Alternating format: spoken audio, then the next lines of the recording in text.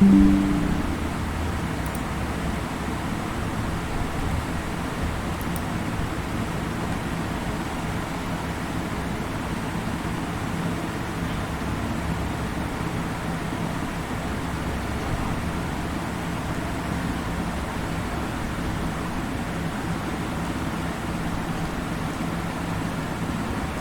my screen visible to all of you?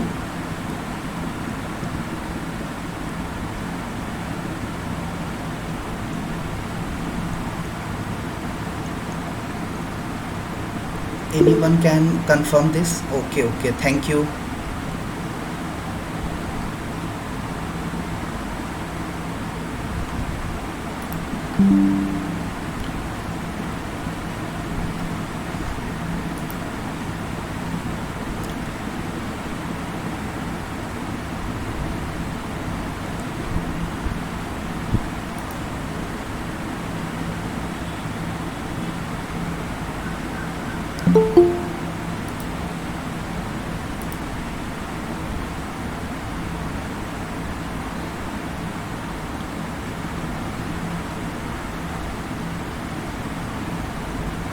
Students who have joined this meeting, do you have access to admit the students who are joining this meeting late?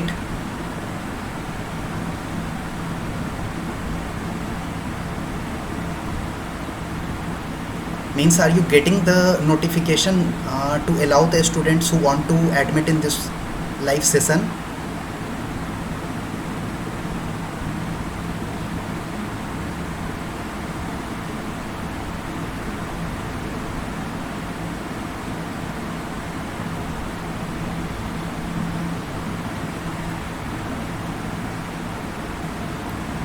Can anyone please respond?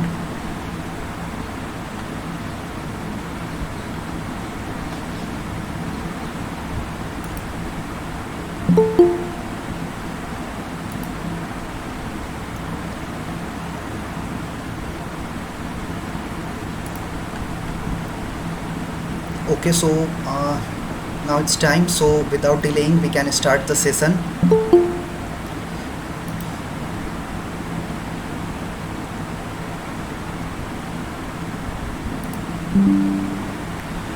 So good evening everyone, and welcome to the live session on design of steel structures. My name is Saurav Kumar Singh and I am doing PhD from Department of Civil Engineering, IIT Kharagpur. Now, what is the need for this live session? Actually, whenever you are doing a Swayam NPTEL course, then there are some doubts which you encounter during the session and you put it on discussion forum.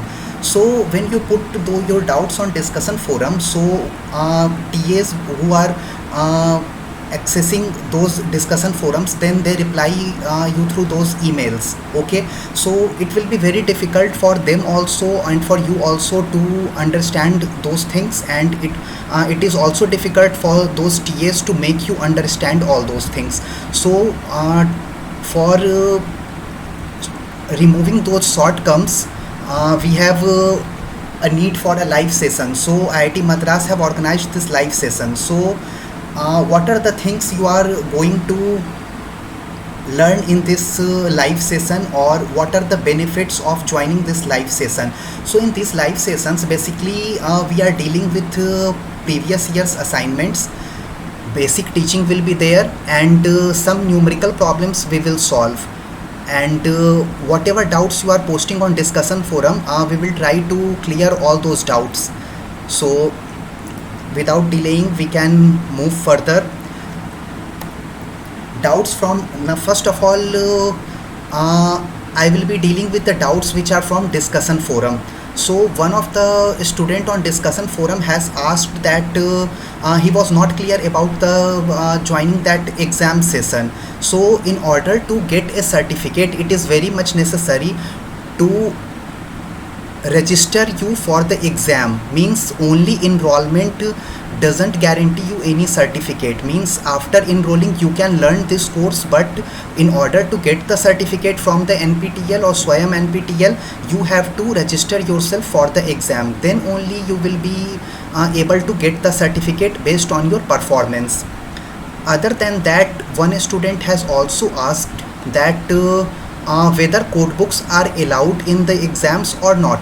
So I want to make it clear that code books will not be allowed for the exam.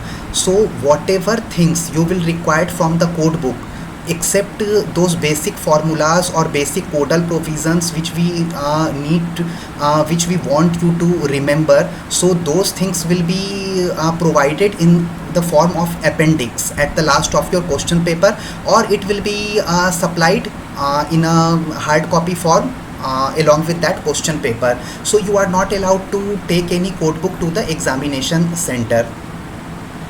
Now coming to the question parts, one of the student has asked about the nominal diameter and gross diameter of the rivet and bolt.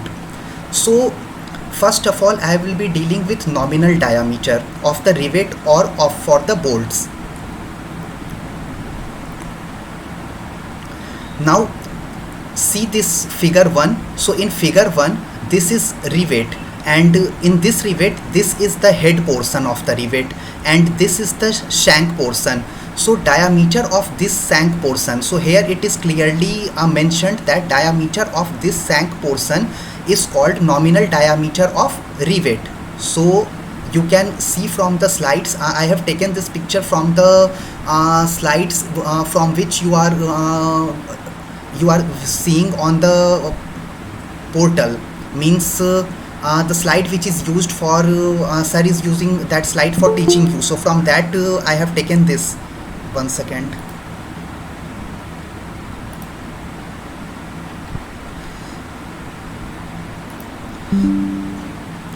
Now what is the nominal diameter of bolt?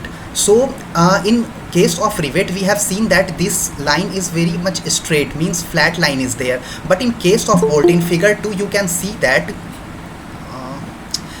again and again.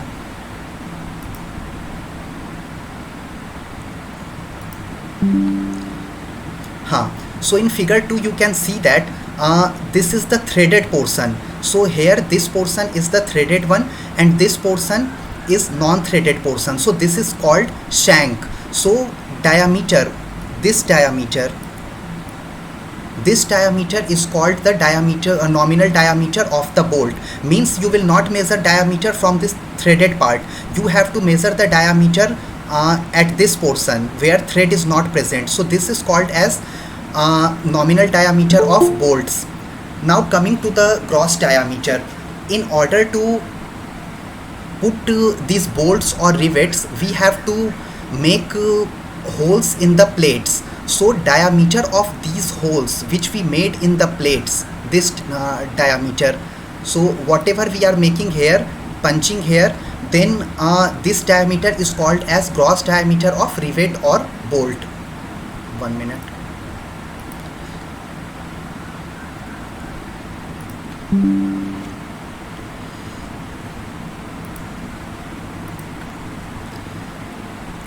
So if you have any doubt in understanding this nominal diameter and gross diameter for rivet and bolt, then you can tell me.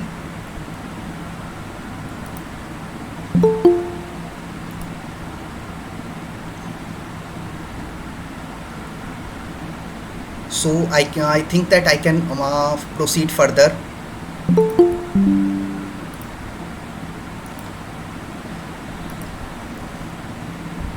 I will request all of you to please join on time, because if I will again and again admitting you all in this session, then it will be difficult for me to deal with these lectures. Now again, one of the student has asked that what is gross and net sectional area. So in starting slides, very few things about gross and net sectional area has been discussed by the sir. So I would like to tell you in more detail. Moreover, you will also learn it in coming lectures, but for the time being, I will discuss this. So what is gross area? So gross area is the original cross sectional area. So let us see here. This is one plate, and this is another plate. So these two plates we have joined by bolts. So after joining these by bolts, we have in order to join it by bolts or rivets, we have to drill holes in these plates. So if you will see this part of the plate, I mean this part where no hole is present, so cross sectional area of this part is called as gross area, because it is the total cross sectional area of the plate, so it is reported as gross area of the plate. But for this region where this line is passing through these bolts, so here you can see that in order to put the bolts we have drilled holes. So we have to deduct this area of these bolts, means we have to from its width we have to reduce diameter of these bolts. So here 3 bolts are present along this line, so we have to deduct 3 times the diameter of bolt from this width of the plate, total width of the plate, and it is multiplied with the thickness of the plate. So this is called as net cross sectional area of the plate. So what is net area? Net area is the reduced sectional area of the member section due to presence of rivet or bolt holes. So further in week 4, when you will be dealing with lecture number 19 and 20 of this course, you will study it in more detail in tension member. So how to calculate net area, how different types of net areas has been calculated. So all those things will be come into picture in lecture number 19 and 20. So for this time being, is there any doubt in understanding this gross and net sectional area? Then you can tell me.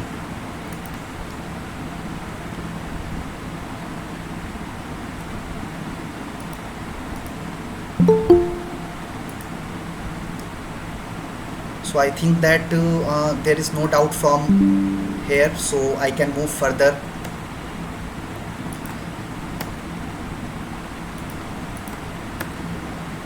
Now coming to the basic teaching, although you are learning it from Swayam NPTEL, so main motto is to deal with the numerical problem and doubts which you are facing on the discussion forum. So we will be dealing with all those things, but I would like to add some more things here which are very quite basic things. So first is varying compounds in structural steel.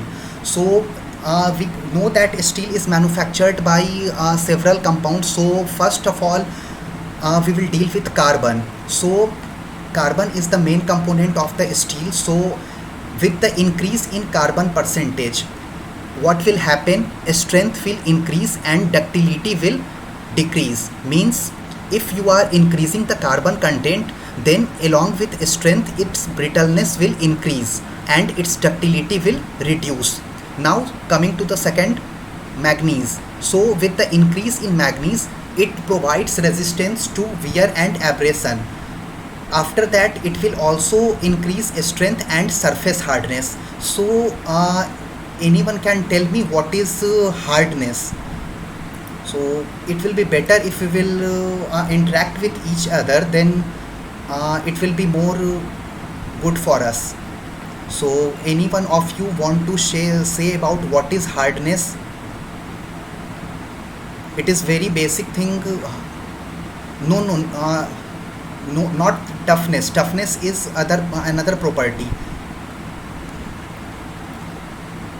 Hardness.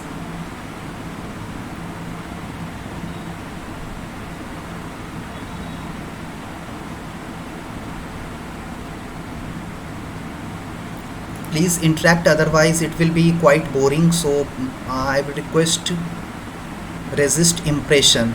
Okay, this one is acceptable, resist impression. So actually what is hardness? Hardness is the property of a material by virtue of which it offers us to resistance against penetration and scratching. Means let us suppose there is a surface, and in that and in this surface if you are scratching it with nails or something, so it will provide resistance against those scratching, or it will be difficult for you to penetrate nails in surfaces which are hard. So this is hardness. And toughness is basically related to impact. We will come later on this also. Now, what is sulfur? Role of sulfur is to increase the machinability in the steel. Means in steel you have to do some types of machine works. Means sometimes you are grooving in it. Sometimes you have to make thread in it. In bolts you can see that we have to make threads in that. So if with the increase of sulfur, its machinability will be increased. Means with ease you can do machining things on that.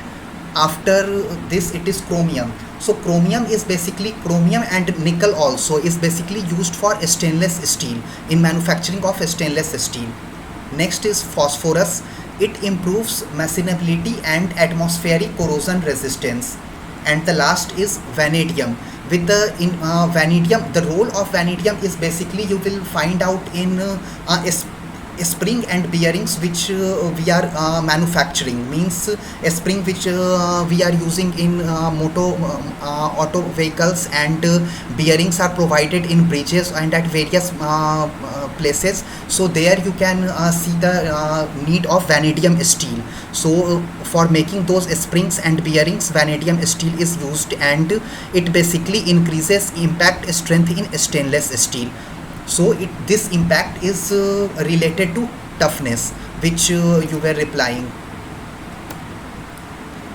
Now some more things, some basic definitions I want to discuss. First is ductility. So what is this ductility? So ductility is ability of a material to elongate more in plastic range.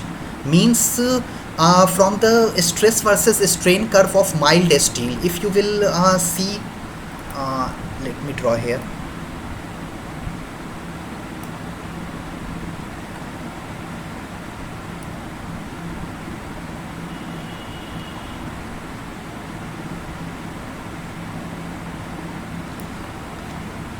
Actually I am not familiar with this digital writing board, so that's why it is difficult for me to make very good diagram. So please deal with this. So here you can see that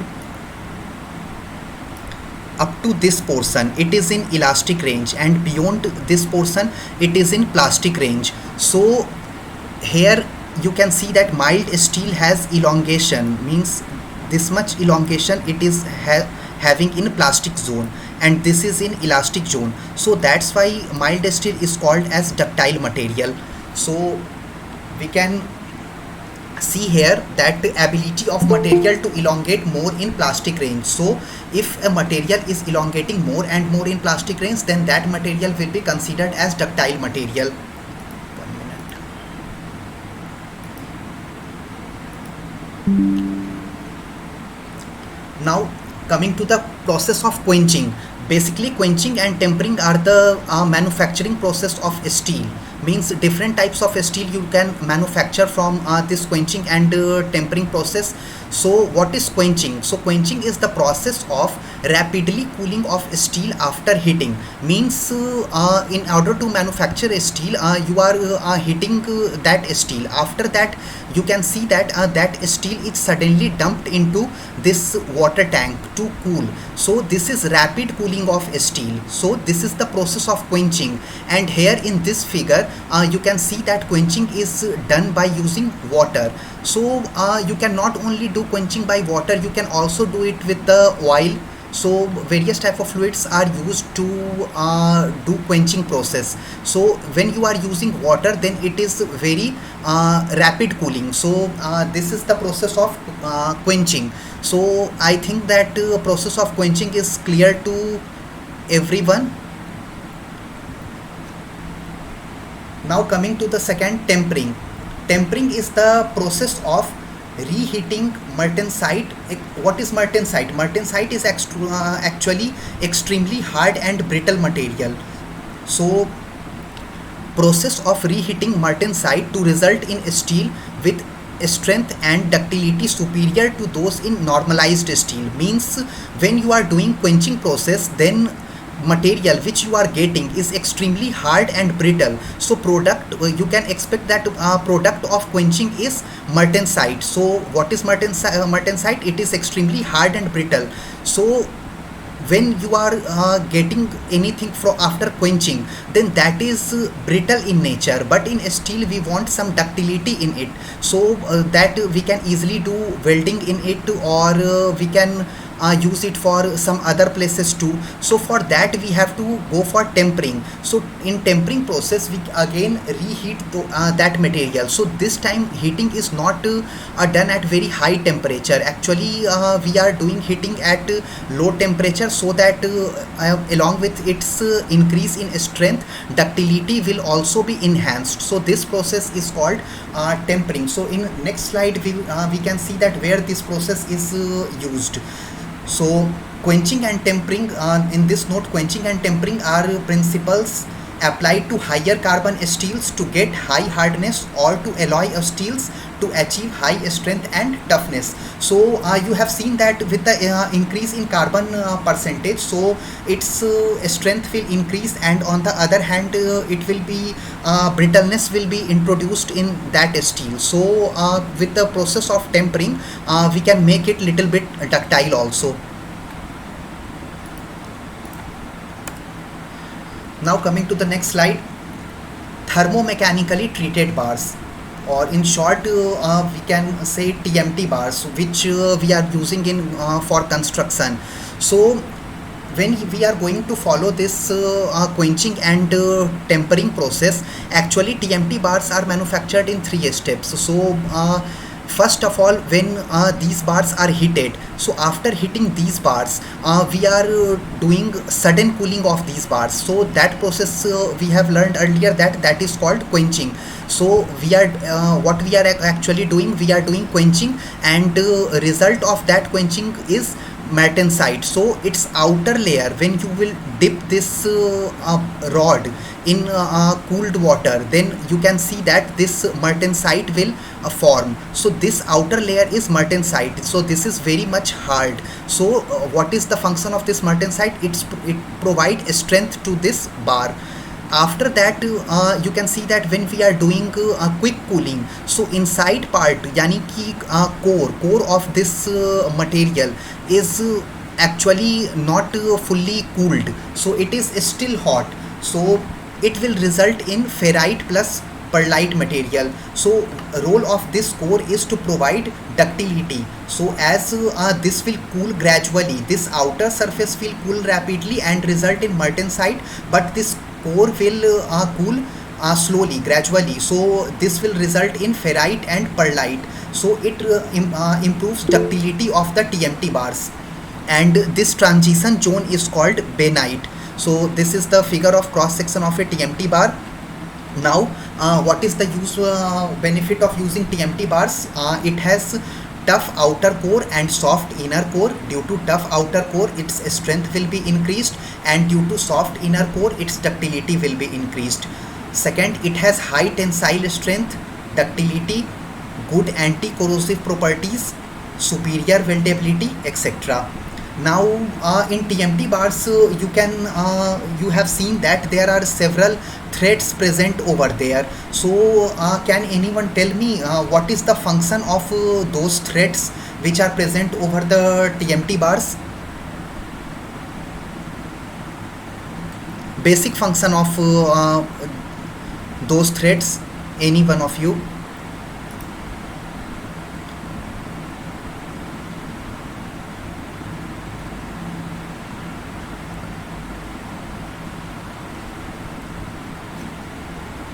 Yes, right.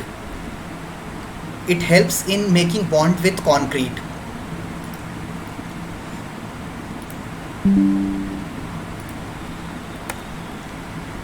Now, after completing this basic teaching part, I will discuss here previous year's assignment questions. After seeing this previous year's assignment questions, I am not going to deal with each and every previous year assignment questions, but those questions in which some little bit of explanation is necessary. So those questions only I will be discussing here.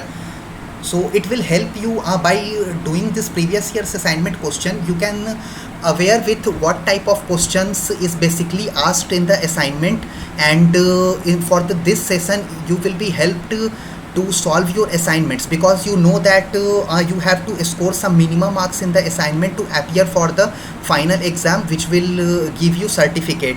So it is very much necessary to score good in the assignments. First, so first question is toughness is, so option A is the ability to absorb energy up to fracture. So first option is correct, because if you will see in this stress versus strain curve, then this is the F is the point of fracture point. So area below this whole area below this curve is called toughness. So ability to absorb energy up to fracture. So first point is correct.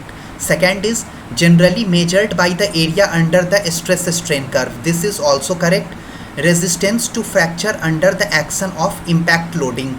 Yes, toughness is the resistance to fracture under the action of impact loading. So option D is correct. All the above is correct.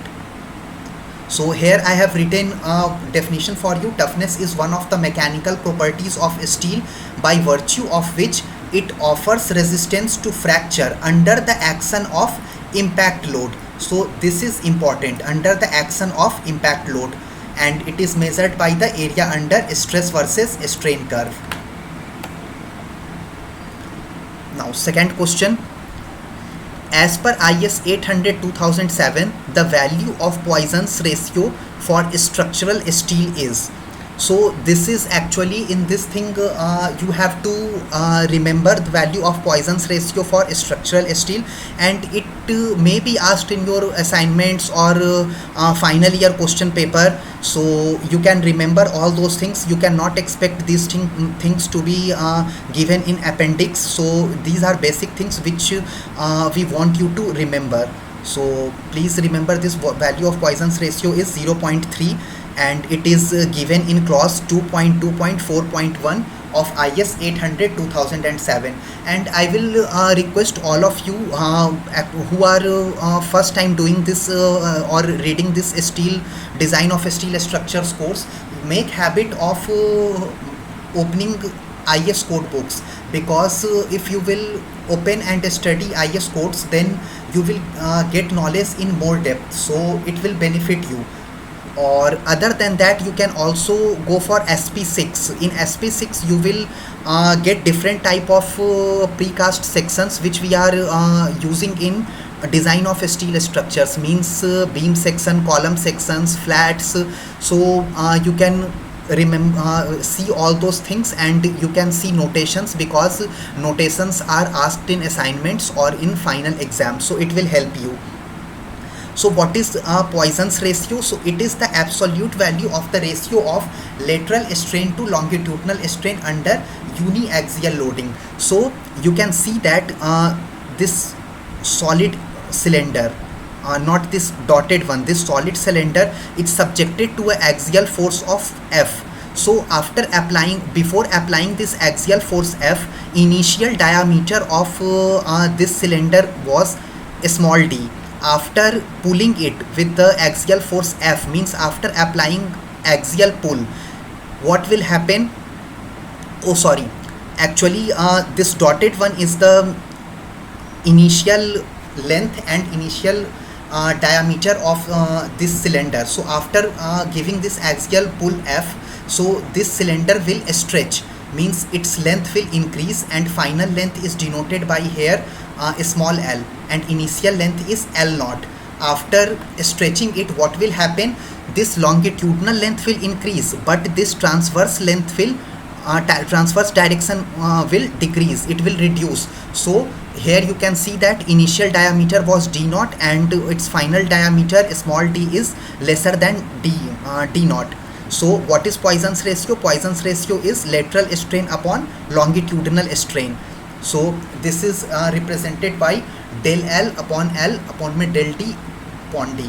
So this is the Poisson's ratio, and for structural steel its value is 0.3. Now what is the appropriate load combination for dead load, live load and crane load in case of limit state of strength? So for these things you will get in table 4, which comes under clause 3.5.1 and 5.3.3 of IS 800 and 2007. 1 minute.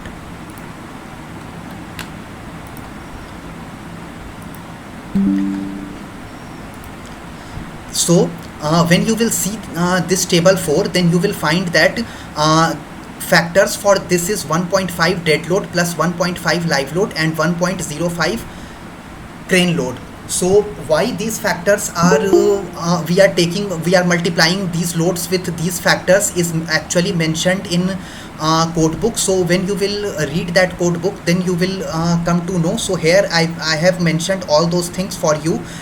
First is possibility of unfavorable deviation of the load from the characteristic value. Second, possibility of inaccurate assessment of the load. Third, uncertainty in the assessment of effects of the load. And fourth is uncertainty in the assessment of the limit state being considered. So what are these things? So inaccurate assessment of the load means when you are considering whatever load is coming on your structure, means dead load, live load or crane load. So sometimes we create mistakes. So actual loads we don't actually we due to some calculation mistakes or something like that we don't come across the actual load coming on the structure. So these factors compensate those errors. Uncertainty in the assessment of effects of the load, what means sometimes you will see that we want to apply some loads axially, but in real practice it will come into picture with some eccentricity. So that eccentricity part will also be taken by these factors. After that, uncertainty in the assessment of limit state being considered, means we have limit state of strength and limit state of serviceability. So those factors will be considered along with after multiplying these factors. Next, which of the following assumptions about rivet connection are true? First, bending stress in the rivet is neglected. Second, friction between the plates is considered. Third, bearing stress distribution is non-uniform. And fourth is rivets in groups subjected to direct loads share the load equally. Yes, actually in case of rivets or bolts, one of the assumption is we design our rivet or bolt to take direct loads equally, means whatever direct loads are coming into picture, if you have 6 number of rivets or 6 number of bolts, then that load will be taken equally by each rivet or each bolt. Bearing stress distribution is non-uniform. No, this statement is wrong. Actually, in our assumptions to design rivet or bolt connection, we consider that bearing stress distribution is uniform. We assume that bearing stress distribution is uniform and friction between the plates is not considered. Bending stress in the rivets is neglected. Yes, this is true. Bending stress in the rivet is neglected. So first and fourth options are correct. So option A is correct. In lecture number 4, from lecture number 4, this question was prepared. So I have mentioned this thing for you.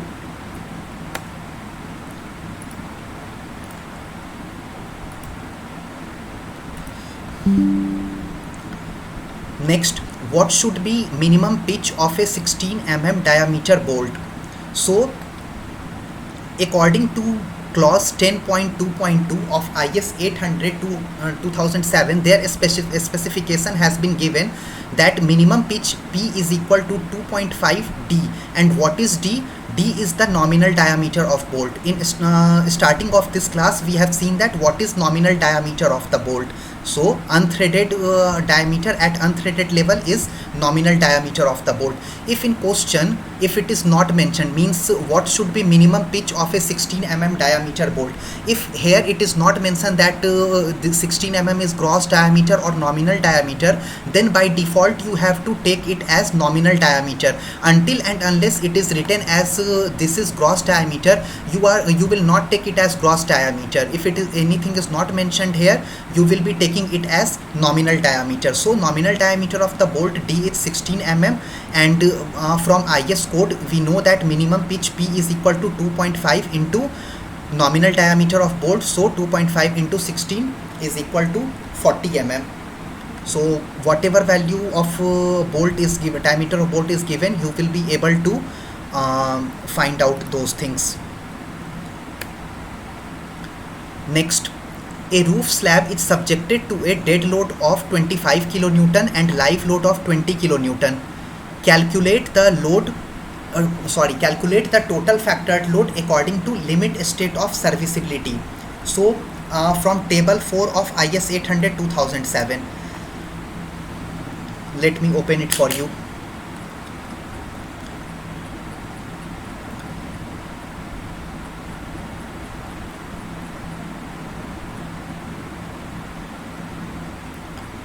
Table 1.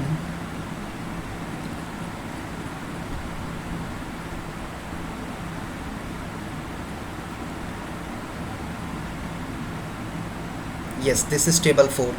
Let me zoom it. So what was the question? A roof slab is subjected to a dead load and live load. Calculate the for the limit state of serviceability.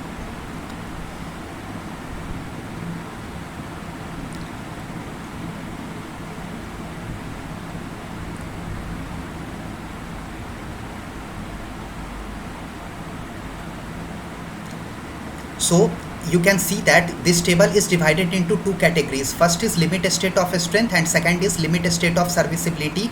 And for this we have to take factor as one for dead load and one for this live load.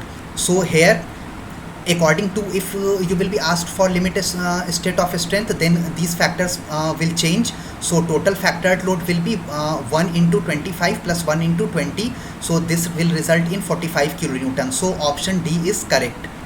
So whatever load combinations will be given, so you will take it from this table 4, and according to that you have to see what factor you are going to take, and you have to multiply with those factors, and you have to report these answers. So we are in final exams, we are not expecting you to remember the entire table, although in assignments these type of questions will be asked, but in final question paper you will be provided with the tables for which these things will be given.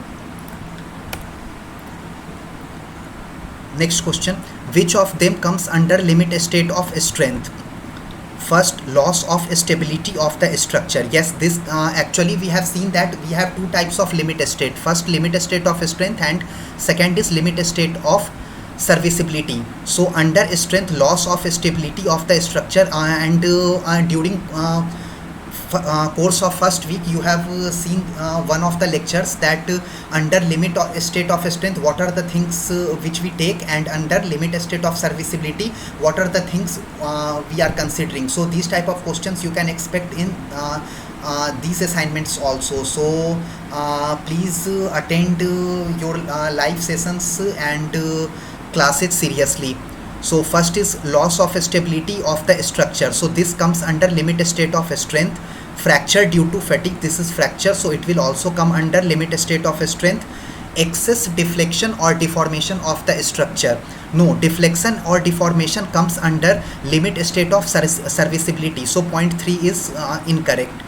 Loss of equilibrium of the structure as a whole or in part, so this also comes under limit state of strength. So 1, 2 and 4 are correct. So this option A is correct, 1, 2 and 4.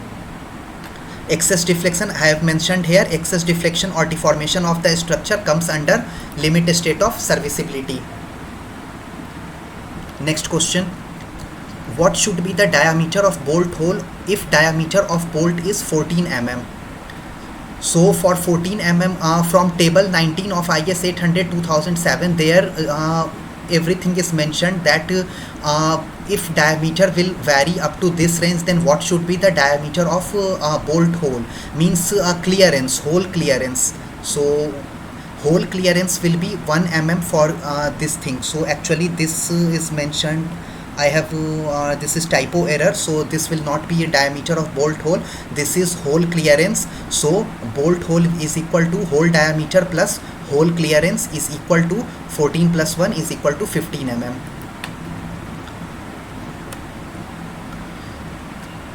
Next question, if three plates are connected by bolt joint as shown in the figure, the bolt will experience. So here you can see that uh, these three plates are connected with this bolt. So they are asking that bolt will experience what? Single shear, double shear, triple shear, or no shear. So if you are going to apply load like this on this thing, so if you are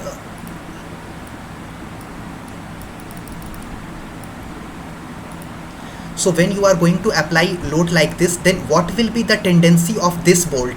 This bolt will, if this load will increase, then this bolt will may cut from this location, or this bolt will may cut from this location. So at 2 points, this there is a tendency of bolt to cut down. So bolt will experience double shear. If one more plate was there, then bolt will experience triple shear. When only two plates will be there, means these two plates are only attached with this bolt, then only tendency of the bolt will be to cut from this point. So in that case, bolt will experience single shear. So I think this is clear to you that when we have to take that bolt is in single shear or bolt is in double shear or triple shear, whatever.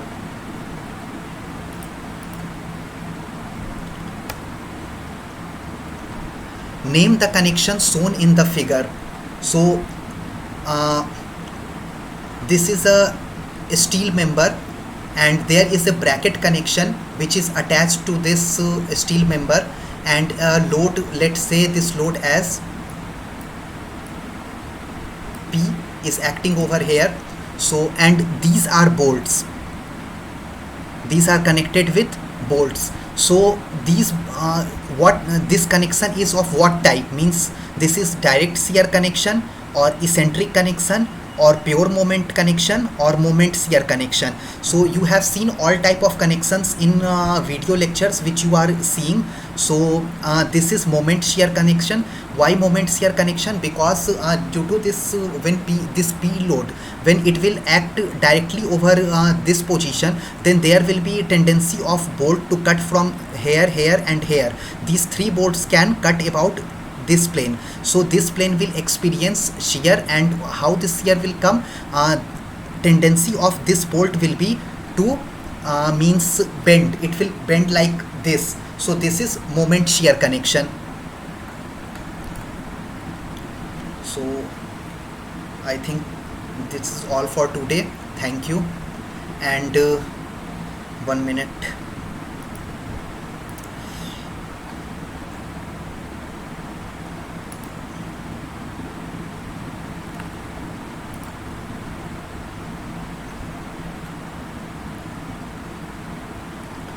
So I will request each and every one of you from next class, please join on time. One class is taken by me, and you have also received one email that another TA will organize live session, and you can join that live session also. And after that, see what that TA will teach you, or what are the problems which he will be dealing with, and whatever doubts you will face, you can post it on discussion forum, so that I can see those discussion forums on daily basis, and after that VTA will try to clear your doubts from our end. And in the entire session you will see that one live session will be conducted by our faculty, means who is taking this design of steel structures class, Professor Damodar Mathi sir. So in that session, whatever advanced doubts you are facing related to this course, you can okay, so you can feel free to ask him also those advanced doubts. So during these so I want to ask you or interact with you that what is your feedback about adding this live session in this Swayam NPTEL classes? Means earlier we have not these live sessions with us, but from this time, from this semester, IIT Madras has added and tried to improve these courses by adding these live sessions. So what is your experience? Can you share with? Okay, we will try to deal with all your doubts. And see, actually, in discussion forum, when we are replying you whatever queries you are facing, we are replying there. So many of the students are not able to understand because of the lack of interaction. Means face to face interaction is very much important to study anything. So with this live session, you will able to clear several doubts.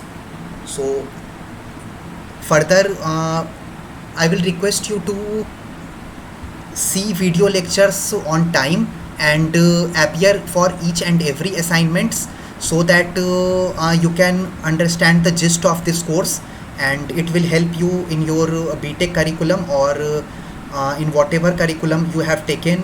This course is also taken from some of the means architectural students, and this is mainly for the civil engineering students, and some of the people are also from industries, or some of have also joined from foreign universities this course. So it will be helpful for all of you. So I will request you to put your doubts on discussion forum. In next meeting we will deal with all those things. So thank you. Now if anyone want to say anything, then let me see comment. In language in Hindi speaking. Actually, Akhilesh, you can speak in Hindi, but uh, I have to speak in English, because students which have joined this course are from different locality, different regions. So it will be better that we will interact in English. So whatever doubt you are feeling, you can ask in Hindi, but I will reply in English. And if you want more clarification, then will give you some another time, so that your doubts can be cleared.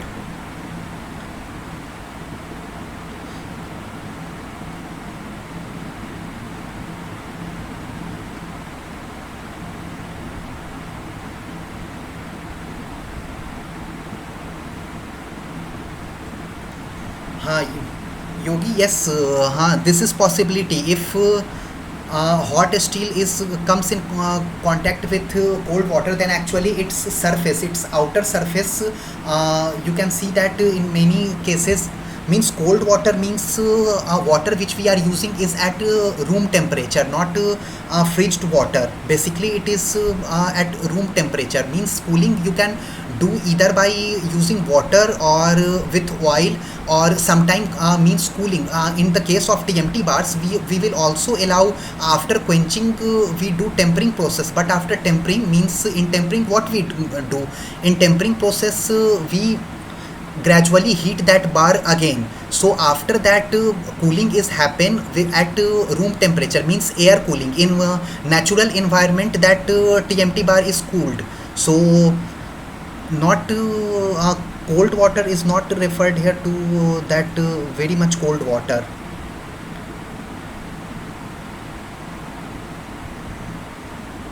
So okay, there is not any further comment in this chat, so we can wrap up here and we can end this meeting. And thank you audience for listening this class carefully. Thank you so much.